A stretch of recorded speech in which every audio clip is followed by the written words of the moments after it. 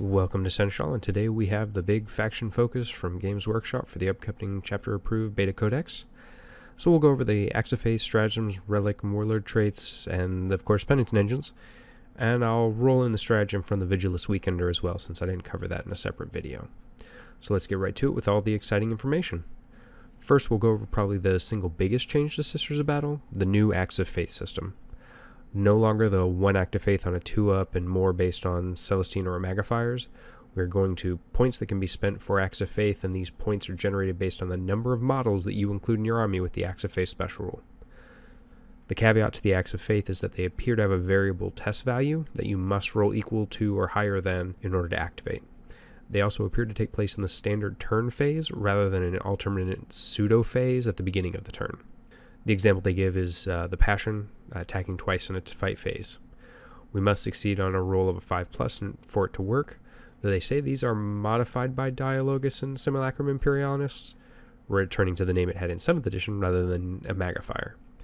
However, we don't know exactly how they will change the roll, if it gives it a reroll, if they add 1 to the roll, how they influence it, just that they, quote, influence the roll. The one thing I think that will be important to this act of faith is that since you do it at the start of the fight phase, you signal to your opponent. So they may alter their actions, maybe spend CP to interrupt in order to kill that model and make your act of faith ability wasted. This is great though, I think. I mean, it makes you play and counterplay and makes you consider your actions rather than just having a phase all to yourself. Alright, so reactions to this, I'm excited. We have a couple of things here that I asked for. First, that Acts of Faith would scale so Sisters aren't more effective as a splashed force rather than a full Sisters army, so that's awesome. But also for the Dialogus to have a new role, because really, he was just there to get shot so you could get an extra Act of Faith with that stratagem. So both of these I think are super positive. I think it's too early to really make many more assumptions than that, since we don't know what other acts of faith are, which have stayed, which have disappeared, and if there might be some brand new ones. We also have no clue as to the devotion test requirements, like how, what numbers are required for different ones.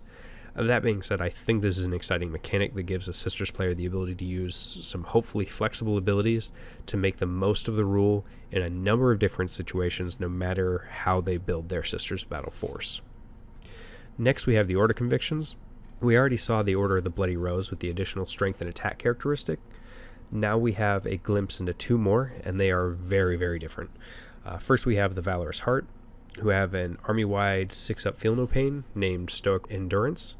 Nothing too flashy, but it does allow these Sisters to roll their armor or their 6-up invuln into another 6-up to try and save the model. Not sure that this is one that I'm likely to use a lot, just kind of not my style, unless they have some stratagems that really speak to me. Daughters of the Ebon Chalice, however, do have a trait that I feel I'm much more likely to utilize, since my dice can be laughably bad, and having an almost 17% better chance to succeed on tests of faith really speaks to me. Called Daughters of the Emperor, you add 1 to the result of tests of faith for units with this conviction. I think this is super solid. I assume that when we have full release information, the Acts of Faith are going to be the pivotal way that you play Sisters of Battle. And if you don't trust your dice, having any way to improve the odds of them working is going to be powerful. I have a place for people with different playstyles and priorities to use both of these different ones, or I guess all 3 of these. So I like it. Before the Penitent Engine, we're going to go over the stratagems that we've been shown. We're going to cover the one from Vigilus Weekender first. Holy Trinity costs 1 CP and is pretty darn flavorful. If all the models in the unit shoot at the same target, are in range of at least 1 model with a bolt weapon, another with a flamer, and another with a melta, you get to add 1 to the rune rolls for the unit.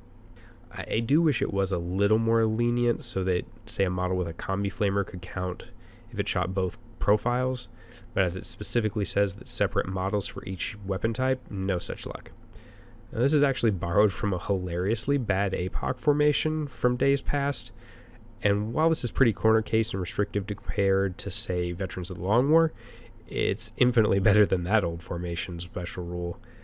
With the change to Acts of Faith, taking an extra model in a unit so you have a flamer or an extra bolter to make use of it so you can use the stratagem could actually be really advantageous to you, and not something where you feel like you're wasting those points. I mean, especially if you're giving your Meltas 2s to wound on T7 tanks or 3s to wound on knights, absolutely has value. Or if you go a different route with a different unit combined with Blessed Rounds, you could take a Stormbolter squad. That could really be devastating. So I really like the stratagem, but I don't think it's going to be the core of anybody's list. But you might tailor your list to leave it as an option for a couple of different squads. Next stratagem in line is Suffer Not the Witch, 1 CP at the beginning of the shooting or fight phase, to give one Adepta Sororitas unit the ability to reroll failed wound rolls for attacks against enemy Psyker units. I really like it, especially against something like Magnus or Mortarion. Making your opponent maximize the number of saves they need to make is worth the 1 CP to me. Again, in conjunction with Blessed Bolts, which we'll cover next, I think this is a really good one to have in our toolbox. Not something we'll use every game, but something that really will have its moments. We also will get more use from this than Holy Trinity. I think just it'll end up coming up more often than having all the units in range shooting at the same thing to get that benefit. Now we'll talk about the one that has apparently set some people's hair on fire. Blessed Bolts for 1 CP says an Adepta Sororitas infantry unit changes the AP and damage of the Stormbolters in the unit to -2 AP and 2 damage. This is really strong, as you can get a Dominion squad with 5 Stormbolters for really cheap. That being said, what people I think are underestimating about this is that what we're giving up for that. So we're giving up a Dominion squad with Meltaguns, and until we see more where the meta is and what other options we have in Sisters to deal with something like Knights, with so many Knights running around, it's kind of hard to want to give up that Melta unit that can actually get up the board in range of the Knight. Not saying it's not something that will run, it's just something I think people are kind of forgetting, because what other answer do Sisters have currently where we have an option to take care of a Knight or a Mortarion or a Magnus, those big heavy targets. So we'll see. Even if the Stormbolters would be insanely cheap with the current points, that are better against some targets and have a great volume of fire, so they will have a place. It'll just be interesting to see how that works out. One of my friends was talking with me, and he was like, this is going to be really great if say Necrons with their shielding start making a resurgence, something like that, or something that has just a really good invuln save, Harlequins, Inari kind of things, where you're going to just hit their invuln anyway, so the Meltagun isn't very valuable. That Stormbolter might be. That being said, it is only strength 4, so kind of a hit and miss there. But this is definitely one we'll use. I'm sure this will happen. And even if it turns into we run Celestin squads because they become useful with 3 Stormbolters in the unit, maybe it's worth, if they're all in range, for rapid fire, having a bunch of Stormbolters in that unit use this for 1 CP. Now for the last stratagem, the one I'm most excited about, even if it has the massive 3 CP cost, as I really want to make a Sisters of Battle melee force, is Vessels of the Emperor's Will. So it says that after a successful test of faith roll for an Adepta Sororitas character, that act of faith is used on all friendly Adepta Sororitas units within 6 inches of the character for no additional faith point cost or tests, making every unit within the reroll window of a Canoness, say if we roll with the Canoness, that just charge into an enemy line, hopefully, the ability to fight twice is crazy valuable to me, at least, and worth the 3 CP. Especially, in this situation, let's say we're all charging, the opponent can only interrupt once, and then all those units get to attack twice before the enemy has a chance to swing. And if they're Bloody Rose, they also get the benefit of the extra attacks and the extra strength for both attack actions. This just has such a high top-end value. It may be a dream, but I think it's one that's actually possible to get to work without the stars of every planet in the solar system aligning. Alright, and next we're going to cover the Warlord traits and relics. There was a small line that I have hopes for. Quote, last but not least, you'll have a host of Warlord traits and relics with which to customize your characters. These range from options that make a Canoness or Missionary even deadlier in close combat to some really great support choices. Now I'm hoping this means that the Ministorm options were just brought into the Sororitas tag, or that we have a new HQ Missionary option if the Ministorm Priest is still a separate profile. It may not be either. That's just my hope. I kind of want to see that change. I think that would work well.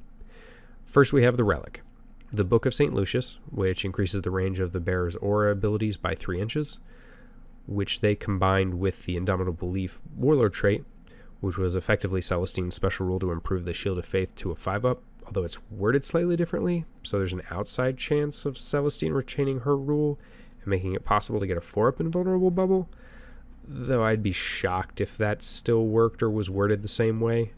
I kind of have a feeling we're going to see that change pretty dramatically, because I don't think they're going to give us a 4-up invuln bubble. But having a 9-inch bubble that grants a 5-up invulnerable save is absolutely a strong rule, and it will be interesting to see what other auras we have to see if the book gets much use.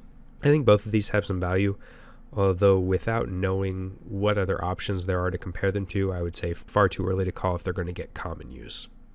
Last but not least, we have the partial reveal that is the rework of the Penitent engine.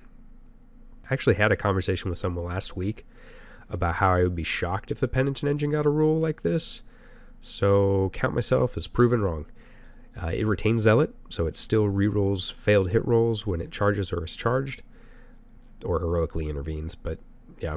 It now automatically fights twice every turn. The way it is worded, I believe they're not going to allow it to benefit from Passion Act of Faith, assuming it has that rule, which I really pray it does. Which is fine. I'm not sure that it needs to be able to attack 3 times a turn. But the biggest buff to it, I think, is the addition of Berserk Killing Machines, which grants it a 5-up Feel No Pain. This helps protect it from being such easy fodder to small arms fire or smites. It'll still fall over to a big gun like a Melta or a las cannon, so that feels fine. You know, it's still significantly better. It's still pretty easily killable, but it certainly can threaten to make it to melee more consistently. They're going to have to actually shoot it with something substantial rather than just some casual shooting, knowing it'll wear down before it gets across the table. The big question still comes down to what are the other acts of faith, and does it have access to them in order to speed up its movement across the table to make the most of its very deadly melee attacks. Now, I can hardly wait for the videos and reviews this Saturday when those lucky enough to have gotten an early copy will get us more detailed and full understanding of what makes the new Sisters of Battle tick. Based on this small amount of information, I get the feeling that Sisters lists starting the 15th are not going to look very much like Sisters lists have looked since the beginning of 8th edition, and I think it'll be great. I will certainly need to reevaluate my approach, playstyle, abilities, and the need to control the new Acts of Faith resource to make the most of the rules and balance my CP usage with Acts of Faith to try and utilize both of those effects efficiently. But I'm looking forward to it. I think it's going to be great. It's a new day for Sisters. It's a new playstyle from the looks of it, and I'm good with that.